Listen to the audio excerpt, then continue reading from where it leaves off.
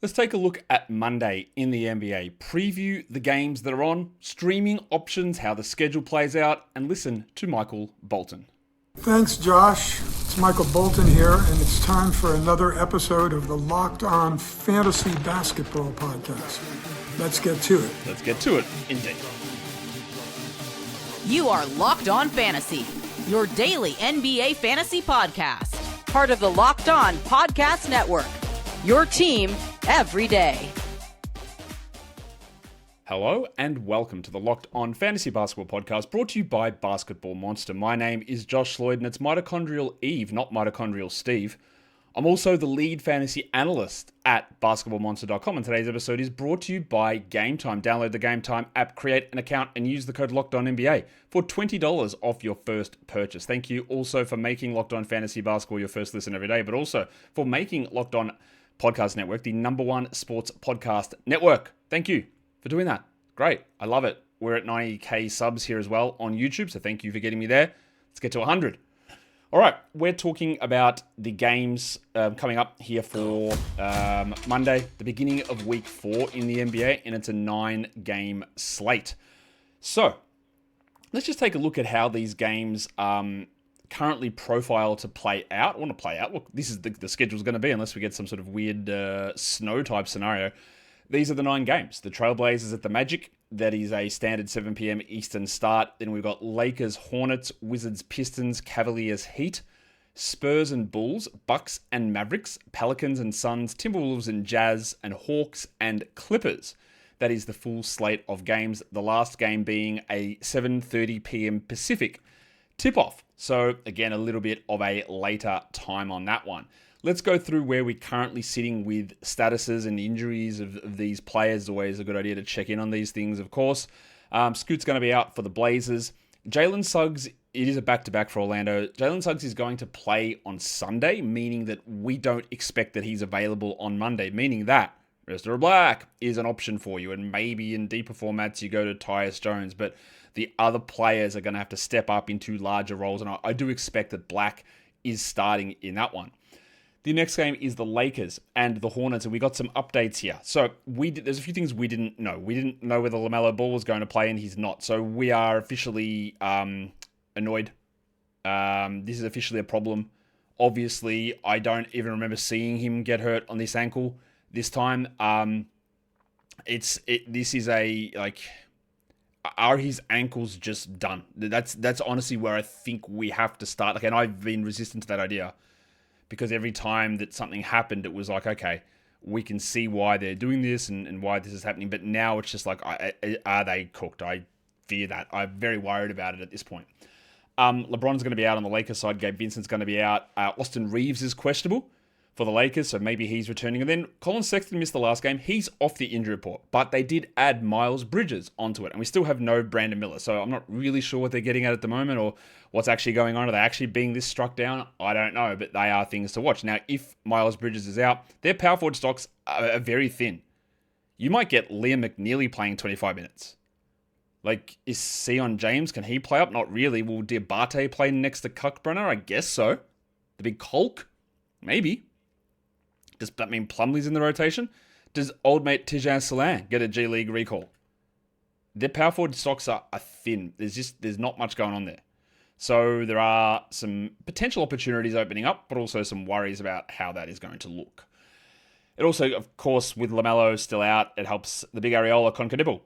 For the Wizards Pistons, Ivy's going to be out. Now, Toby Harris is out on Sunday. I don't know about Monday. Isaiah Stewart is doubtful for Sunday, so I don't know about him on Monday. And then for the Wizards, Chris Middleton rested the last game due to a back-to-back, so he should return. And then Bilal Coulibaly has missed the last 2 games. They've changed it from leg soreness to calf contusion, so at least we've got a little bit more specificity on that. That's not what he was out with in the preseason. He had a thumb injury in the preseason, so this is a fresh injury, and we just don't know Bilal's status at this stage. The game after this, we're talking about the Cleveland Cavaliers and the Miami Heat. Bam is out still. Tyler Hero is out. Larry Nance is questionable on the Cleveland side, and I do expect that Darius Garland plays. He sat the last game due to a back-to-back, so there's no reason that he's going to not be available here. And then the Heat have Drew Smith as probable. The next game we're talking about for this one, we're looking at the Spurs going to take on the Bulls. Now, Josh Giddey did hurt his ankle in the late, well, not late, but in the game on Saturday. He was able to return, but we'll see if there's any swelling that occurs there. Kobe White remains out for Chicago, while Luke Cornett is still not sure. He played like one game and then got hurt, and we don't know. I've got him questionable, but there's levels of doubt around that. The next matchup, we're talking Dallas hosting the Milwaukee Bucks. Giannis is in for Milwaukee. Klay Thompson missed the last game due to an illness. Anthony Davis has missed the last week or so with a calf, and he looks like he's getting closer. I think there is a chance that Davis plays here.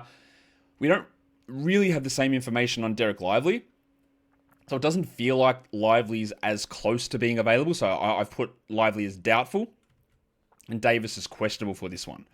But obviously the presence or absence of Lively and Davis changes things. Like deeper leagues, you look at Musa Cisse, you look at Daniel Gafford is a guy, but he could lose a lot of value, obviously, if players return. And Klay being out means that maybe there's more for Brandon Williams to do, maybe even for Jaden Hardy, but Klay is probably a sub 20-minute player anyway at this point. The next game, we go New Orleans in Phoenix. We know Zion's out. We know Jordan Poole is out. Yves Missi has been upgraded to questionable. So would he start over Kevon Looney? Probably. What does that mean for Derek? I play all of the fourth quarter minutes Queen, the old Blizzard. Does he play fewer minutes? How do they run that? Like, does Sadiq Bey get his 29 still? I would hope they still find a way to get 23 or so into Queen.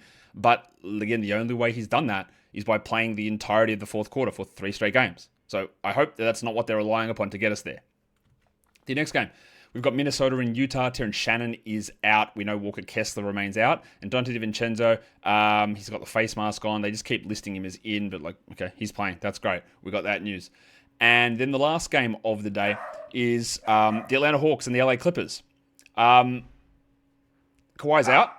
So that little ankle tweak that he had at the end of that game, it was Monday. It's obviously cost all week. And now probably going to cost the start of this week. Again, the reason... No, actually, you know what? It's not. I was going to say it's the reason that I was not interested in Kawhi until we got to round 4 for Roto Leagues is that, like, I was worried about his knee, not like a random ankle sprain. When we've already got the knee worries baked in, then anything else that happens is a concern. For the Hawks, there are a few things. Like Nickeil Alexander-Walker and Kristaps Porzingis both sat the second half of the back-to-back. Porzingis, I'm certain, will play. Alexander-Walker, they listed it as an actual injury. I'm fine. I think he's okay. The one I'd be a little concerned about is Jalen Johnson because he was limping around the last time we saw that he was out there, and then it coincided that he sat on the back-to-back. So we just watch that one. If he is out but Porzingis plays, it does still help Mohamed Wayuge, but not to the same degree that we saw in the last one. And then the spiral, Luke Kennard, he had been questioned to help someone like a Keaton Wallace be able to do more in that scenario as well. We'll come back and talk schedule stuff, streaming stuff. Today's episode, though, it is brought to you by Robinhood. Your ambition just met its match. With Robinhood, you play for the win, not just on game day, but every day, locking in on every opening, beating your PR and then beating it again. Channel that drive into your money. Robinhood puts you in control of your money. Trade stocks and ETFs, options, futures, and crypto, all on one platform. And you can now build and execute your own trades from the desktop with Robinhood Legends advanced tools, or take advantage of the new Robinhood strategies with a tailored portfolio managed by a team of experts. You expect more from yourself, so expect more from your money. Get started today at robinhood.com/yourmoney. Again, that is robinhood.com/yourmoney. Your money, your move. Today's episode is also brought to you by Game Time. With the NBA season starting, you're going to want to get to watch some of these games live, but you don't want the hassle that sometimes comes with getting tickets, the random fees, the long wait times in queues, the surging in pricing. That is not a thing on Game Time. The price of the ticket is there. You can just see what it is. It's the hack that you guys need for scoring amazing NBA tickets fast, easy, and stress-free. And you can even get tickets for the NBA for under $25. And their zone deals are also a game changer. You just pick an area that you want to sit, and it will find the best value ticket for you so you can save big. Take the guesswork out of buying NBA tickets with Game Time. Download the Game Time app, create an account, and use the code LOCKEDONNBA for $20 off your first purchase. Terms apply. The code is LOCKEDONNBA for $20 off. Swipe, tap, ticket, go. All right, we're here talking the daily preview for Monday's 9 games across the NBA. So let's talk about a few little schedule things that I think we need to be across. How can we take best advantage or be aware of some potential landmines that occur. We're talking about, start with back-to-backs. There are 4 teams that play on Sunday that also play on Monday. Detroit, so we look on the statuses of Toby Harris and Isaiah Stewart on that one. Milwaukee, does Giannis play the back-to-back? They're beginning a 6-game in 9-night run, so there's going to be some load management for him, I am certain. The Minnesota Timberwolves, does Anthony Edwards' hamstring create an issue on the back-to-back? I don't think they will do it, but we watch it. And then the Magic, which the big one there is going to be Jalen Suggs sitting on the second game. And then starting Monday, heading into Tuesday, there's only one team with a back-to-back. That is the Utah Jazz. And we talked about the Jazz a lot on the Week 4 preview. They are the team to hit early in the week. They play Monday, they play Tuesday, they avoid a 12-game Wednesday, and they play Thursday. 3 games in 4 nights. The only team this week that plays 4 games, avoiding Wednesday. They have the most streamable days for you during the week. So and we talked about how we play the stream zone in that Week 4 preview about ways that we can try and maximize slots in our league. And the Jazz are a key part of a lot of that because of the way that the schedule is playing out. If you want to talk chunks, which I'm sure you do, what is happening over the next 5 days in terms of if you want to do a stream move that lasts you 5 days? Understanding, once again, that we're not including Wednesday in that because there are 12 games on. And you will notice that there are 4 names on this list that are Utah Jazz players that have 3 games over that time frame that are streamable. So Jusuf Nurkic. Isaiah Collier got back into the starting lineup. Is he going to be good? I'm not certain, and he actually might sit a back-to-back, so there's risk in him, but he's useful. Kyle Filipowski, his production's not good, but again, do you just get that bulk extra playing time? And Svi Mykhailiuk, he can always pop off. We've seen him do that recently, not that long ago. The other interesting thing about this is that when I've got Nickeil Alexander-Walker's name is in there as well. We're going to be making some adjustments to some of the percentages that we use, and I've done that here of dropping them down to 30% rostered for some of the stream of the day stuff. But Nickeil Alexander-Walker's there with 2 games on. But between Monday and Friday, not only is Utah the only team to play 3 quality games Monday to Thursday, nobody has 3 quality games Monday to Friday. Wednesday, yeah, there are teams that play 3 games because they've got a game on a 12-game Wednesday, but nobody is able to play 3 games out of Monday, Tuesday, Thursday, Friday, which is pretty rare, to be honest. No one plays 3 games across that 4-day period. Meaning that, if you're looking to chunk it up, the advantage you get is in spud Jazz guys. Filipowski playing 3 games versus another waiver wire guy that plays 2 usable games. Is it worth it? 3 of Mykhailiuk, who might get you, let's say, 80 minutes worth of action, versus another waiver wire guy that might get you 50 in his 2 games. It makes a big difference. So, I was a little shocked to see that there's no other team that even plays 3 quality games across 5 days. It's the Jazz, and that's it. And there's no 5s and 2s, obviously, because this is the start of a week, and if there was 5s and 2s, we'd know that we had a team that had a 5-game week, and we don't have one of those. But actually, that's true. We have a 2-game week, obviously, with the Philadelphia 76ers, but at least they avoid Wednesday. So their 2-game week is not as bad, or it's about the same as some of the 3-game teams that play one of their games on a Wednesday. And that's the stuff we cover on the Week 4 or the weekly preview shows in general. Let's take a look at the streams of the day. It's always, this stuff is going to depend on your individual league and who's available. I can't always know that. Chris Dunn is playing a lot of minutes, and with Kawhi out, there is value in him. Now, it's not for everybody. He might be a single-digit point scorer, but you might get some assists and some steals and some rebounds and maybe a block. Marcus Smart is there as well. Brandon Williams is a little bit more, let's take a punt on that, because we don't feel a level of confidence that he's going to play more than D'Angelo Russell. I hope he does and think he will, but he might not. He's coming off the bench. And then for deeper leagues, Najee Marshall. But it's very easy. You could look at Najee even in higher or shallower formats. But also, Najee was great last game. But his other games weren't like that. He hasn't been playing 30 minutes a night. He's been playing 24 or 25. And there's a chance that Anthony Davis plays in the next game, and then Marshall's value drops even further. So I do like Najee Marshall. He was very good in the last game, but there's no guarantee that level of it. Because again, all you do is just look at the previous games. They weren't like that. And so he's not locked into this huge role and he's going to start and put up these big numbers. It's not one of those scenarios that's likely happening. We'll come back to cover off some more streams. Today's episode is brought to you by FanDuel. The NBA is back, and there's no better place to get in on the action than with FanDuel, the official sports betting partner of the NBA.